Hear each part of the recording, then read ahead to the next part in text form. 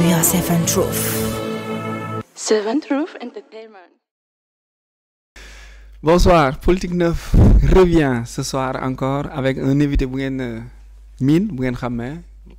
si lépp lu jëm ci emploi insertion ak xëyu ndaw yi ñu koy wax Cheikh Gueye Laye mu nekk un jeune pétri de talent macha allah mais aussi nekk directeur ou bien coordonnateur technique bu pôle emploi bu Rufisque bu Tëngéej en même temps nekk aussi je peux utiliser le mot élément de Omar Gueye. Effectivement tey ñu ñëw di waxtaanee lépp lu jëm ci orientation étudiant commune Sangalkam seen insertion seen tout ce qui est formation lié à la formation au niveau de Sangalkam mais aussi on va aussi un peu parler ci xëyu ndaw yi programme xëyu ndaw yi au niveau national Cheikh Gueye ñu ngi lay nuyu ñu ngi lay dalal. ñu ngi lay fay Arona. voilà di kontaan trop di ñëw ci plateau bi nga xam te ni moom mooy Politique 9. c'est vrai plateau bu ma miin la ñëwoon naa fi ñëwaat fi. cela veut dire que kon passage bi ma fi jëkkoon ñëw am na solo. et que aussi nekk na émission boo xam te ni ça permet aux jeunes. yi nga xam te ne ay jeunes leaders nañ entrepreneur ñu wane seen bopp mais également ñu xam leen. donc merci beaucoup ci invitation bi. merci bon xam naa du nekkaat lu ñuy présenté waat Cheikh Gueye jot naa def une petite présentation de sa personne léegi dañuy dem directement ci commune de Sangalkam 1 an d'accession au pouvoir bu la coalition Yewwi Askan Wi am à sa tête le maire Pape Sow Alpha Bokar Couma février ñëwaat na. donc 1 an yi mën na peut-être que même bu fekkee installation bi am na 3 mois yu ñu war a xaar ñu ngi seen 8e mois wala 9e mois mais administrativement commune bi jógee na seen loxo dem seen si yeneen loxo il y a 1 an. yàlla may ñu fekk ko yaat yu bari aussi. tey bu ñu jëlee ci benn domaine ci benn compétence ci benn secteur mu nekk secteur u éducation formation enseignement supérieur lépp lu nga xamante ni mooy tourner autour de xale yi war a jàng donc du ñàkk le maire Pape Sow am na lu mu ci jot a def wala am na ay réalisation ak ay jéego yi nga xamante ne jot na ko engendré jot na ko jéem jot na ko def yéen aussi am na ci lu ngeen nekkoon tey boo doon def le constat après 1 an ban analyse ngay joxe avant ñuy dem ci manquement yeeg. merci beaucoup Arona ci question bi. bon c'est vrai que boo xoolee date par date. ci li nga xam te ni mooy élection amoon. muy le 23 janvier donc 2022. élection locale am dëkk yëpp yi nga xam te ñoo nekk Sénégal tabb seen maire. yàlla def ñun ñu àndoon ak le ministre Omar Gueye. jàpp ni moom mooy choix bi nga xam te ni moom moo gën pour Sangalkam. ñu teg ko ci mbir ci pàcc yu leer. parce que aussi nekk na dit koo xamante ni côté compétence dootuñu ko wax parce que c'est un diplômé de génie électrique. donc à Rouen am également expérience dans la gestion des communautés territoriales. je rappelle que mu nekkoon président communauté rurale nekk maire xam lépp loo xamante ni tey gox-goxaan mën na ko doxee. gestion am lépp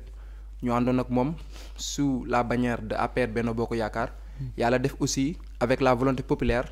parce que aussi quoi qu'on puisse dire nous sommes dans une république nous sommes dans une démocratie et que nit ku nekk aussi li nga xamante ni moom la yoon may droit muy àq ak yelleef élection bu jotee si nga koy wanee yàlla def ñu fal keneen faluñu ñu mais wax nga ko depuis lors une année jot na année nag buñ ko defee dañuy def bilan damay faral dama leen di dégg sax ñu naan non mataluñu at 8 mois nañ mat non man je me dis que matal nañ at. voilà c'est pas l'installation le jour bi nga xamante ni soom nañ gagné ba jubilé pour man jour boobu noonu la destin wu Sangalkam nekkee seen loxo destin nag bu nekkee sa loxo ñaar ñooy am soit da ngay doxal wala nga bañ a doxal man boo ma laajee ci mbirum le constat le bilan du point de vue éducatif dama ciy sawar wax parce que je rappelle que j'ai été président de l'amicale des étudiants de la commune de Sangalkam pendant 4 ans mu nekk secteur boo xamante ni xam naa ko dama ciy liggéey dama ciy dox et j'ai un contact direct également ak acteurs yi nga xam te ne ñoom ñoo si nekk.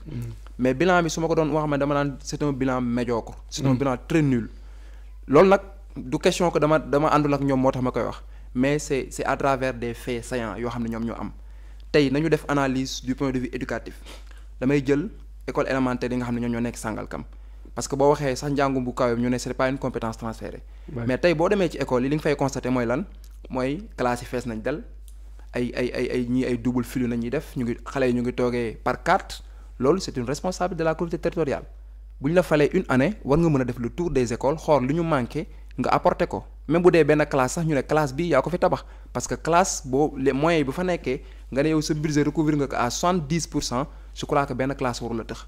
ñu ñëw ci beneen aspect bi côté collège c'est vrai du compétence transférée mais ñun maire bi nga xam te ne mën nañu àndal Omar Gueye mi fi nekkee def na lu nekk ci côté collège je rappelle même collège bi fi nga xam ne moom moo fi nekk fii nii avec les moom moo dox am ba mu am fi donc tey mairie xaaroon nañ ko aussi si niveau collège au moins mu teg dara même bu mënul tabax classe sax mu indi ay banc wala mu def dara collège Sangalkam boo fa demee mais c'est gis nga am na classe yoo xamante ni dañuy obligé seen cours ñu koy def par 2 jours parce que lan dafa effectif bi dafa bëri te amuñu li nga xamante ni moom mooy infrastructure aussi. ñu ñëw ci niveau lycée bi. niveau lycée de Sangalkam c'est le même constat également amul dara loo xamante ni tey changé na fa wala maire apporté na ko Omar Gueye ba mu nekkee maire doon nañu faral sax seetu tout ce qui tourne autour des matériels informatiques permettre à l'administration d'être en l'aise ci liggéeyam mu leen koy defal naada mais bu ñu ñëwee ci li nga xamante ni moom mooy enseignement supérieur foofu moom man la phrase que bi may faral di wax mooy ñi nga xamante ni ñoom ñooy génération étudiants yi léegi nii amuñu ñaan dañ ma baal ci kàddu gi ma wan faral loolu laay wax parce que ñàkk ñaan weesuwul nga dajanteeg maire boo xamante ni amul benn vision lu jëm ci côté enseignement supérieur benn vision. du ci attribution bourse du ci accompagnement sur le plan social. du ci accompagnement sur le plan des matériels. mais du ci proximité boo xam ne daf koy créer ba permettre ñi nga xamante ne ay étudiants nañu ressortissants de ta commune ñu mën a nekk ci ay conditions yoo xam daf leen di permettre parce que aussi quand on parle d'éducation aussi dafa am lu war a réunir pour résultat am. dafa war a am multiplication de plusieurs facteurs environnement bi ngay dundee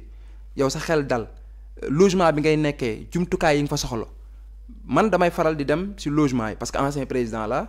dama fay dem mais su ma fa demee ma xoolee kanam étudiants yi man désolation laa fay gis solitude laa fay gis ak manque de soutien laa fay gis te loolu dafa war a nekk taxawaayu maire bu ma jëlee à tous les niveaux ma def jàngat dama naan le bilan de la mairie du point de vue éducatif et de la formation c'est un bilan médiocre et très nul. D'accord, un bilan médiocre et très nul.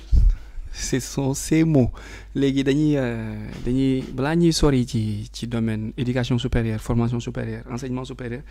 ñu taxawaat tuuti ñu def waxtaan taxaw seetlu ci domaine éducatif bi mooy enfance collège bi ak lycée bi certes bu dee école élémentaire ay compétences am la mais bu duggee collège dem lycée foofu yaakaar naa ni état mooy intervenir. Est-ce que gisoo ni teel na pour ñu waxal ko ni ko il a un bilan médiocre parce que il vient d'arriver bi muy falu ak bi école di tijji mën naa ni 6 mois la bi muy toog ak fi école tijjee benn 6 mois la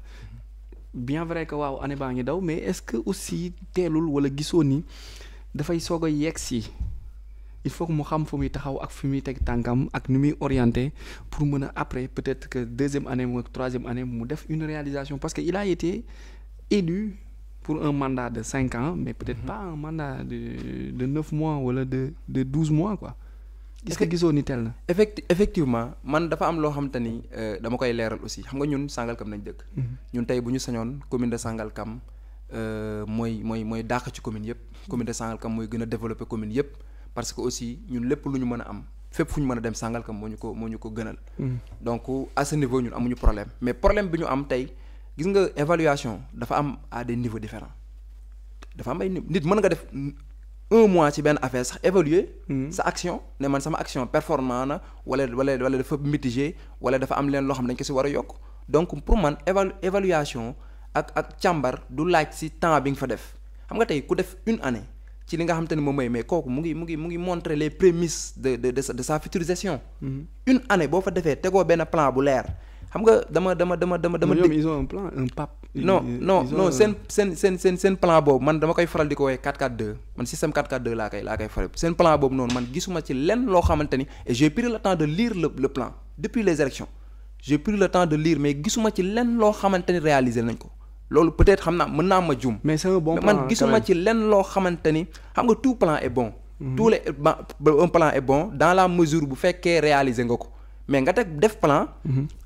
diriger mairie presque 1 année déroulé dara nga ne sa plan boobu noonu c'est performant man gëmmoo loolu et en plus aussi wax nga ko sànq. dañ leen di évaluer parce que aussi le contrôle citoyen doit être de rigueur ñun on est des citoyens dañu nekk dëkk Sangalkam tey bu ñu fi defee loo xamante ni lu baax la ñun lay concerner suñuy rakk lay concerner suñuy njaboot lay concerner mais tey du point de vue éducatif xam nga éducation dafa xam nga tey mën nga ñëw fekk sax ñu ne le 23 janvier nañ leen fekk na école démarré d'accord mais la prise de contact avec les établissements avec la commission éducation formation bi nekk ci mairie bi. war na lu mën a permettre ñu xam lan mooy bëgg-bëgg yi actuellement. mais moom indi nañ lan mooy bëgg-bëgg yi actuellement gis naa dégg naa daal bon organiser nañ benn journée séddale ay cahier genre loolu ak ay table banc gis naa ñu séddale ay cahier gis naa ñu séddale ay cahier loolu nangul naa ne ko mais à part ça gisuma benn appui benn jéego boo xam ne teg nañ ko ci côté éducation. du ci lan ngeen nëbboon ci xawma lan maison chinoise wala quelque part à Sangalkam ay table banc yi ngeen jëndoon waroon réceptionné ko waroon ko joxe finalement élection bi jaar ci diggante bi après ngeen nëbb table banc yi. non foofu noonu dama ciy leeral lu ma ciy leeral mooy xam nga mairie Sangalkam actuelle équipe bi fa nekk du sax équipe mais actuelle ñi fa nekk actuellement. am na benn affaire boo xamante ni. seen équipe de war nañ koo weesu. li ñu war a weesu mooy lan mooy victimiser wu. gis nga nekk opposition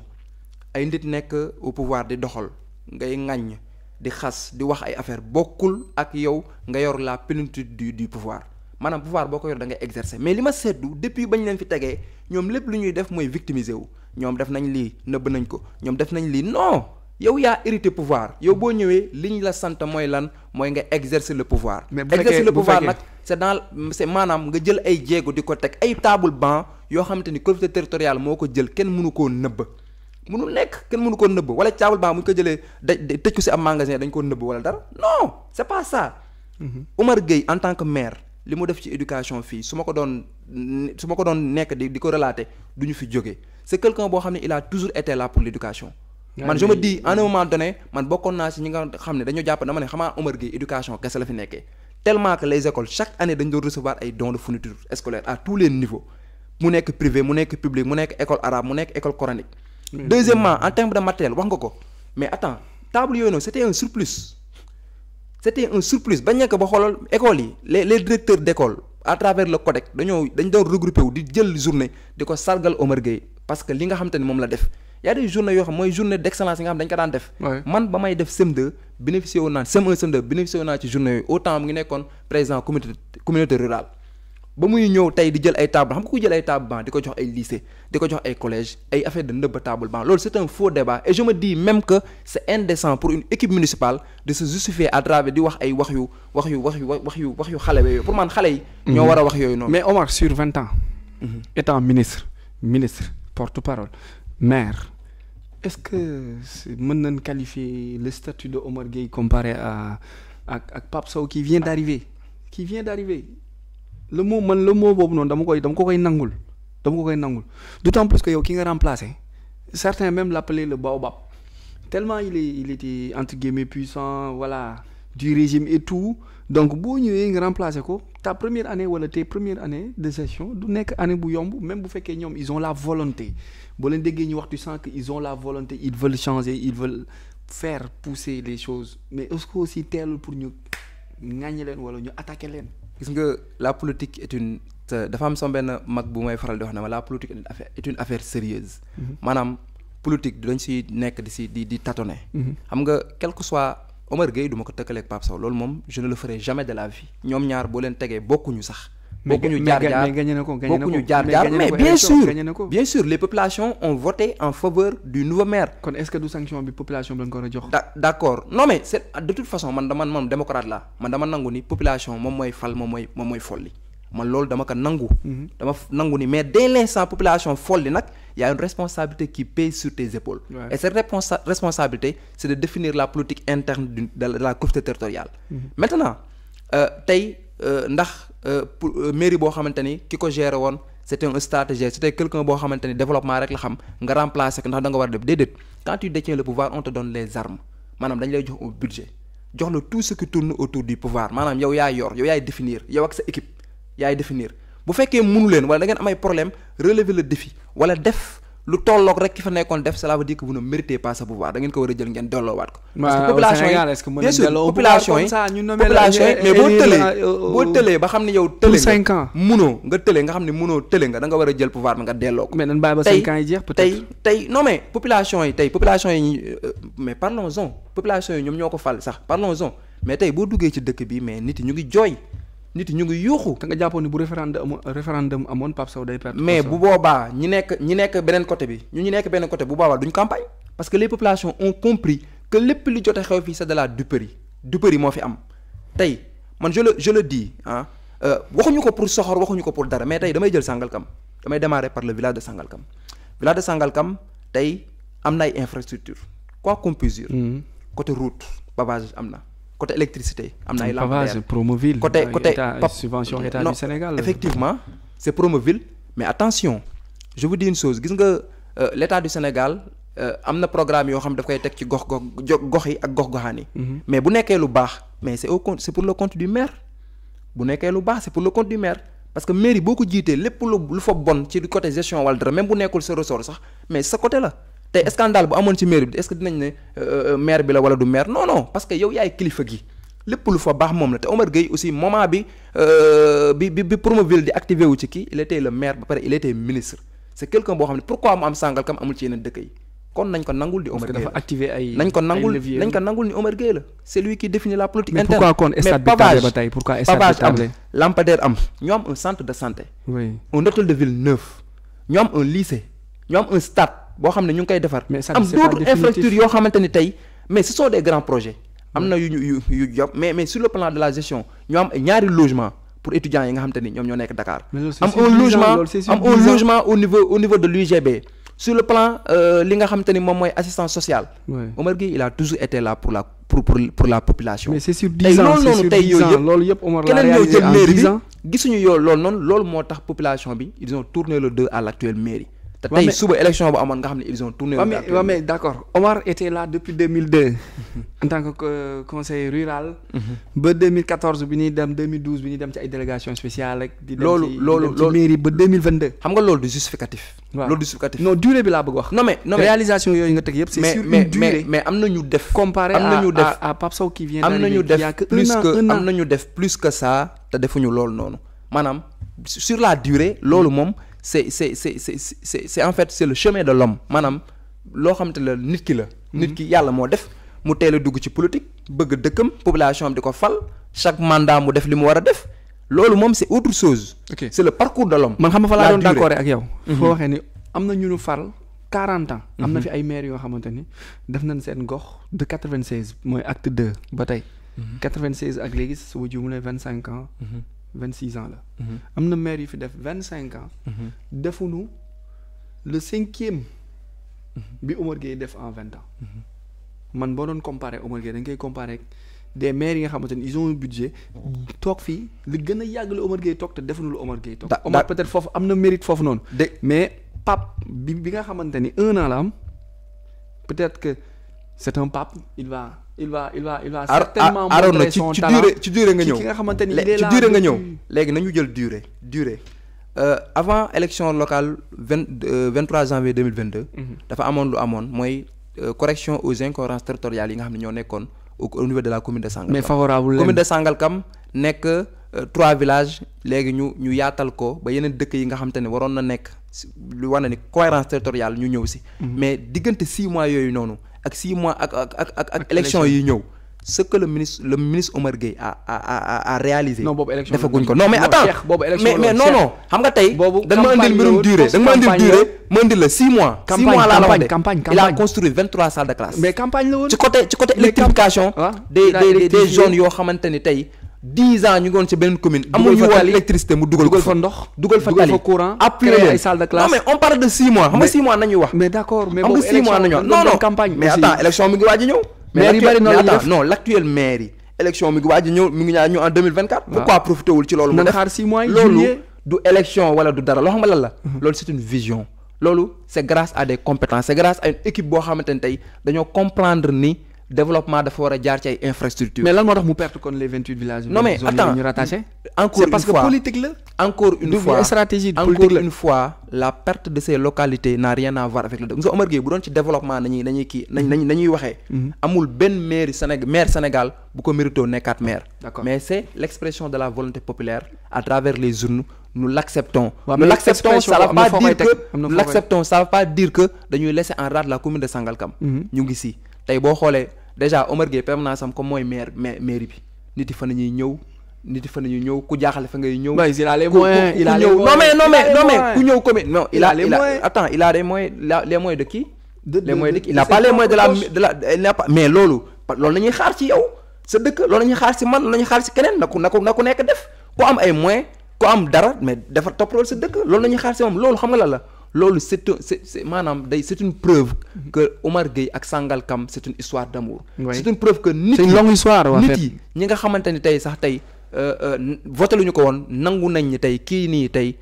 Sangalkam bu fekkee dafa war a continuer di développer di continuer di émerger si moom la ko yaakaar mais yaakaaru. Tu penses que Omar Gueye mën na ñëwaat 2027 non c'est fini politiquement bu ñu waxee. non man wala di ñëwaat man moom j'ai pas l'habitude de me prononcer sur ces questions là. mais man lu ma mën a xam man en tant que man Cheikh Gueye tant que Omar Gueye mu ngi bëgg man je suis à ses côtés du lutter du matin au soir ça moom personnellement da yàgg naa ko wax te tey dama koy réaffirmer bi man tant que Omar Gueye mu ngi bëgg maa ngi ci côtéem di xeex suba ak ngoom parce que je sais que ni lépp loo xam ne am naa ko ambition muy man muy sama borom si Sangalkam moom bu si jotee si moom lay gën a. moom pour man expérience bi mu am ak jaar-jaar bi mu am politiquement il est puissant. Omar pour man il devrait pas encore rester là pour demander la mairie na laaj ci état du Sénégal pourquoi pas en 2029. Bon. Il a les capacités et les moyens morales, psychologiques, intellectuels, physiques, tout pour aller briguer pour être président du Sénégal. xam nga lii dafa neex compétence Omar Gueye quel que soit secteur bi nga mënte nekk ñëpp xam nañ ko. Actuellement du point de vue national on est dans le cadre d'un parti d'une coalition moom muy le coordonnateur départemental de la coalition Benno Bokk Yaakaar. Nous respectons le choix du parti lépp loo xam ne parti bi da koy def parce que aussi c'est quelqu'un boo xamante ni le président de la République da ko jox confiance. Il a été 10 ans ministre. ñaar la moom la ak Abdoulaye Daouda Diallo confiance boobu mu exprimer ci moom ba tax parce que fierté la ñun population Sangalkam am nañ doom joo xam ne nekk na ministre 10 ans. permettre ko mais Pape Sow am na mérite de gisoo loolu. quelqu'un qui a été 10 ans ministre 20 ans maire. mais yow sa première campagne sa premier test sa premier essayage tu le gagnes à plus de je sais pas xam nga 500 je sais pas 1000 voix. man aspect boobu noonu li ma ciy wax lenn la c'est à l'image du Sénégal beaucoup de personnes yu nekk maire tey nit yi bi ñuy voté sax voté lañu la personne. Il y avait quelque chose boo xamante ne moom moo am il y avait beaucoup de manipulation dans beaucoup de zones. voté nañ mais voté nañu la personne voté luñu sax la personne donc et en plus aussi il a gagné man loolu musuma ko nekk di ko laam-laamee mais man du pour man foofu du enjeu bi mooy et bi mu gagné ba pare lan la def. D'accord bi mu gagné ba pare lan la teg pour la commune de Sangalkam émerger. pour fi mu ko fekkoon. fi mu fekkoon commune de Sangalkam ci ay réalisations ak ci ay projets. ndax foofu la nekk ba léegi wala avancé na ko. peut-être que 2027 le constat nag peut-être que 2027. ñu ñëw ci suñu deuxième question deuxième partie bi nga expliquer nous un peu c'est quoi le COS. le but de ce cabinet wala de ce cadre ak ay attentam loolu ces résultats attendus pourquoi mi ngi dund ba tey lan moo tax dundul parce qu'il y a trop de bruit autour de ce COS. Bon merci beaucoup Arnaud ci question bi je crois que damay profiter ci antenne bi avant tout. Di remercier di féliciter l'ensemble des élèves étudiants de la commune de Sangalkam. Parce que je l'ai dit à l'entame de mon propos yàlla dafa def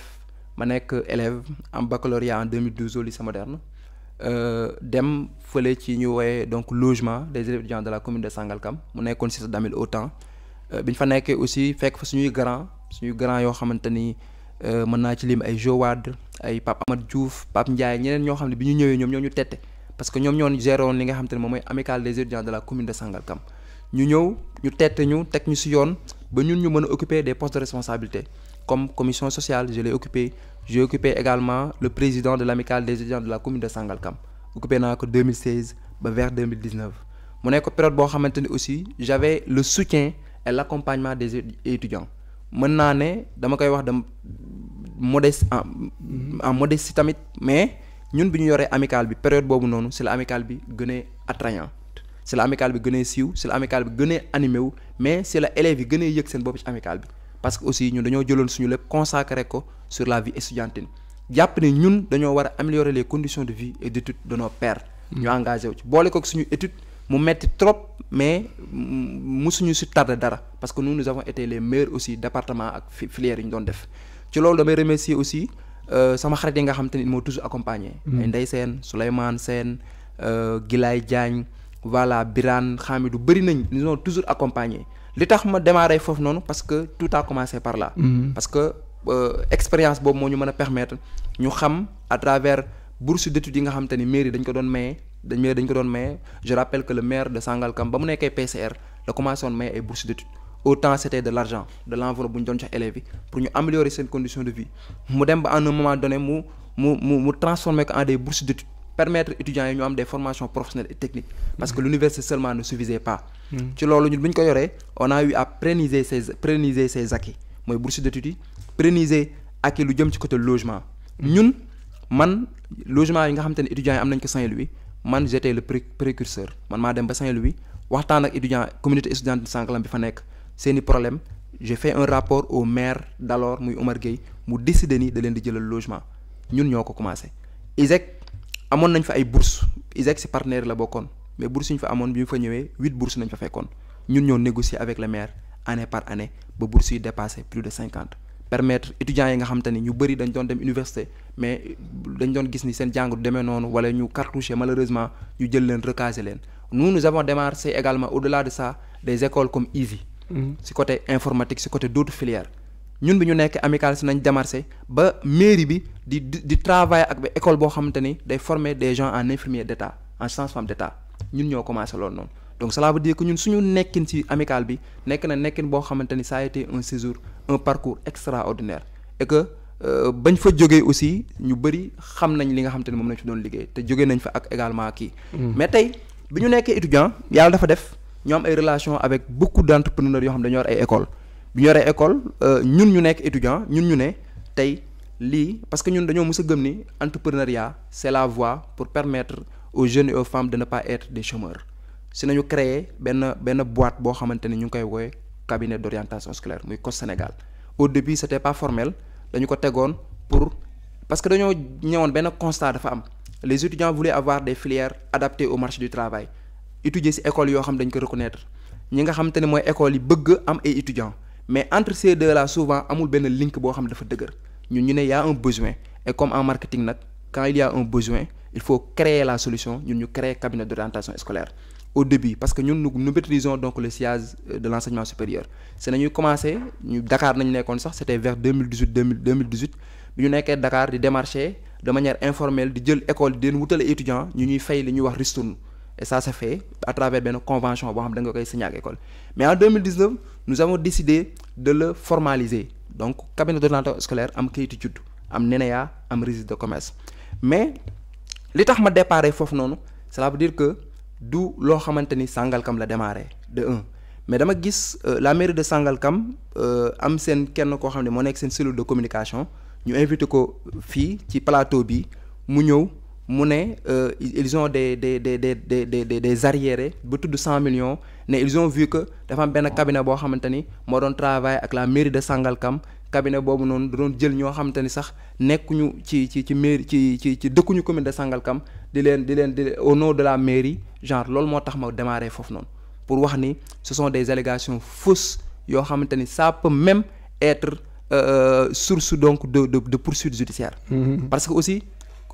ñun on est dans un pays boo xamante ni c'est encadré par la loi boo toogee ci plateau télé di wax li ngay wax dafa war a nekk loo xam dafa leer lu war a leer nga koy teg de un le cabinet d'orientation scolaire le maire d'alors maire xamuloon sax existence su cabinet maire bi xamuloon ni sax ni Cheikh Gueye am na benn entreprise boo xamante ni cabinet d'orientation scolaire la tudd de deux c'est pas l'amicale des étudiants de la commune de Sangalkam dafa am commission pédagogique boo xamante ni bu négocier les bourses avec la mairie bu ñëwee day convoquer les amicales locales bu leen convoquer c'est ce bureau là qui définit les critères d'octroi de ces bourses critères d'attribution yi ñoom ñoo koy définir bu ñu ko diviser amicale locale bu nekk jël amicale locale mooy dem ci dëkkam jël ko donc même l'amicale communale du moom mooy attribuer bourse day négocier rek autant j'étais le président de l'amicale communale mais c'est Aliou Sow qui gérait tout ce qui est bourse d'études ñun suñu cabinet lañ doon gérer ñun xam nga lu tax bëgguñu woon centrer au niveau le cabinet au niveau de Sangalkam parce que Sangalkam est trop étroit pour une entreprise boo xamante ni ay ambition c'est au niveau national Dakar nañu siégé woon bi ñu jógee Dakar ñu ñëw siéger au niveau de l'IMG d'ailleurs je profite de l'occasion pour remercier donc le directeur monsieur Soumaré ak ki si topp muy monsieur Silla ci accueil bi nga xam ne accueillir nañ ko parce que fa nañu loger woon à Rufisque au niveau du tournal Socabek par la suite en un moment donné suñu convention ak école boobu dafa jeex ñu ñëw loger au niveau de Sangalkam au niveau de l'immeuble au niveau de la maison de Correa ci kaw on a fait 3 mois là-bas dégg naa aussi ci ay kiyam mu ne c'est la mairie qui nous mairie bi moom moo ñu doon jël affaire bi di ko jaarale si ñun le COS n'a jamais d'agrément musul am convention ak mairie musul am et je leur défie bu fekkee am na nañ ko génne musul am agrément mairie xam nga ba nekk entreprise nekk au niveau local bu la neexee nga bind pour agrément pour s'il y a des appels à candidature nga mën ci candidater pour mën a gagner marché yi ñun amuñu agrément amuñu convention ak mairie amuñu lenn loo xam ni moo ñu rattaché ak mairie de Sangalkam d'ailleurs je l'ai dit le maire ne connaît même pas l'existence du cabinet d'orientation scolaire donc ci loolu COS dafa nekk entreprise boo xam ne dafa libre mais et je le dis toute personne sénégalaise am nga droit nga yeewu suba teel nga dem APIX nga créer sa entreprise di mener say activité pour mën a am valeur ajoutée dérouler ses activités ñun on a des partenaires Easy suñu partenaire la. et j'en profite pour remercier madame Diallo. est-ce que utiliser woo bi ngay nekk président amical bi est-ce que utiliser woo sa portefeuille après pour développer en parallèle sa benn cabinet bu nga xamante ni lu maire bi waroon fay feneen ñu koy jéggaani yow nga récupérer ko di ko def. d'accord ci loolu xam nga la laa ci expliquer actuellement ci côté santé. ci côté santé la plupart des docteurs yoo xamante ne ay docteurs nañ. am nañ seen cabinet. c'est la vérité wala c'est pas la vérité. waaw mais est-ce que c'est pas non damay ñëw ma ne la plupart non damay expliquer est-ce que loi bi waxul boo nekkee un professionnel de l'État un administrateur de l'État sénégalais État di la fay amoo droit évoluer dans le privé peut-être que ñi nga xamante ne ñi ngi def droit administratif wala je sais pas droit privé xëy na question la bu nga xamante ni dañ koy poser question ñu laajte ko ou pas que médecin yooyu noonu di ubbi des cabinets privés parce que bu dee en pharmacie soo nekkee professeur en pharmacie amoo droit am pharmacie pourquoi non mënoo nekk un si amoo droit si donc du coup est-ce que c'est possible aussi un médecin dem di ubbi un cabinet est-ce que aussi Cheikh peut-être il n'a pas usé de ses fonctions de sa responsabilité d'accord voilà pour xam na ni day wàcc lu ma ciy wax cabinet boobu di récupérer affaire non lu ma ciy leeral loolu xam nga man depuis ba ma démarré ba léegi man je maîtrise ce que je fais li may wax dama ko maîtriser dama ko xam depuis ba ma démarré ba léegi historique bi laa tàmbalee ba ñëw pour wax ne la man amul lenn loo xam ne dama ko ciy nëbb gis nga lu jëm ci mbirum entrepreneuriat c'est pas que da ngay utiliser lii wala da ngay utiliser tu sens le besoin de créer quelque chose tu le crées xam nga tey wax nga ko sànq man ba may créer amicale bi j'étais pas man mus na préciser wu ma benn affaire je n'ai jamais été conseiller municipal musuma nekk agent municipal salaire commune musuma koo fayeku donc amul lenn lu may rattaché pour ma mën a profiter wu et genre et en plus aussi boobu su ma demoon ba bëgg a profiter wala dara mais le maire c'est quelqu'un boo xamante ni voilà c'est ma référence sama kilifa la sama lépp la kooku su ma toogee ko moom ne ko lii laa bëgg mu jox ma ko dégg nee naa la musuma ko informer ci existence su cabinet directeur ISEC monsieur Diop madame Diop Aïssatou Seydi su ma ko woon téléphone léegi daf may jël Aïssatou Diop et je parle sous le concours de beaucoup d'étudiants de Sangalkam damay dem toog ak moom ne ko lii laa soxla ci ay bourses mu ne ma jëlal lii donc man j'avais des partenaires yoo xamante ne tey man soxlawuma influence mairie wala influence maire wala dara mais tey la preuve damay jox la preuve tey le maire d'antan il n'est plus maire mais le cabinet existe boo demee Rufisque rond-point tournal Socabek à 100 mètres suñu cabinet mu ngi foofu avec des agents ñu ngi travailler tey la suñu chiffre d'affaires gën a jóg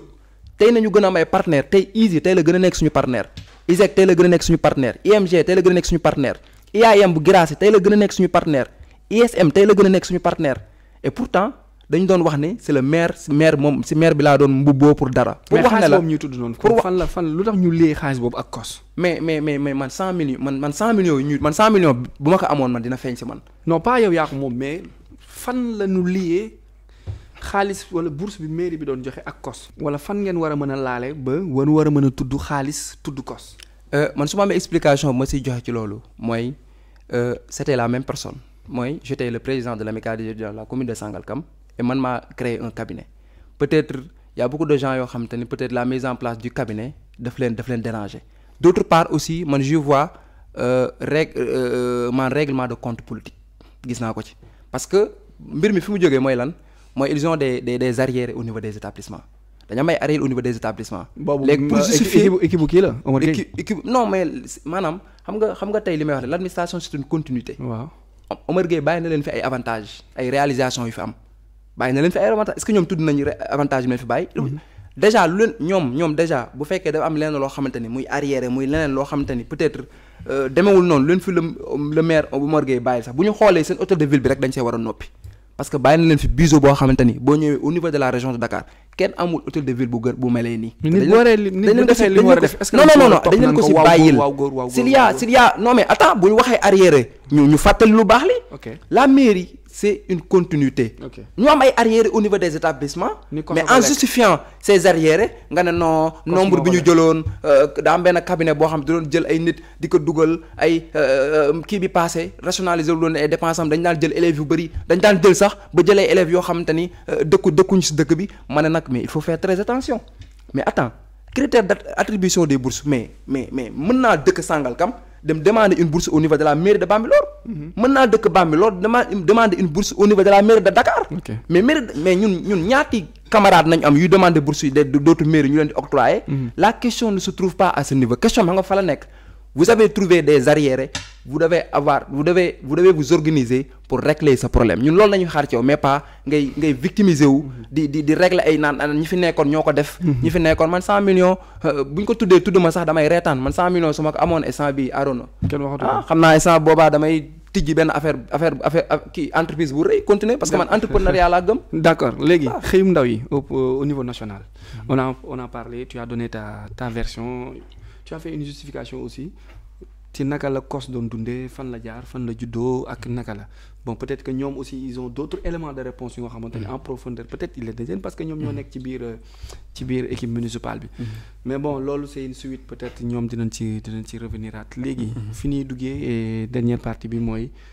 xim ndaw yi toujours le problème de chômage au Sénégal de l'insertion de l'emploi de l'auto-emploi de la formation tout ça ak le programme du président Macky Sall lu mu ci waxoon 5000 emplois par an yi mu waxoon fan la ci toll exactement parce que ba tey bon merci beaucoup Arona ci question bi voilà question boobu ba mu posé damay kontaan ci tontu ci parce que yàlla dafa def depuis septembre 2021 man maay le coordonnateur technique donc du pôle emploi entrepreneuriat pour les jeunes et les femmes du département donc de Rufisque muy un vaste programme boo xamante ni tey le président de la République moom moo ko teg comme ni nga ko waxee donc xëyu ndaw ñi mu nekkoon au début un objectif de 65 000 jeunes d'emploi yoo xamante ni président waxoon da koy créer te léegi chiffres yi montré ni sax dépassé na ko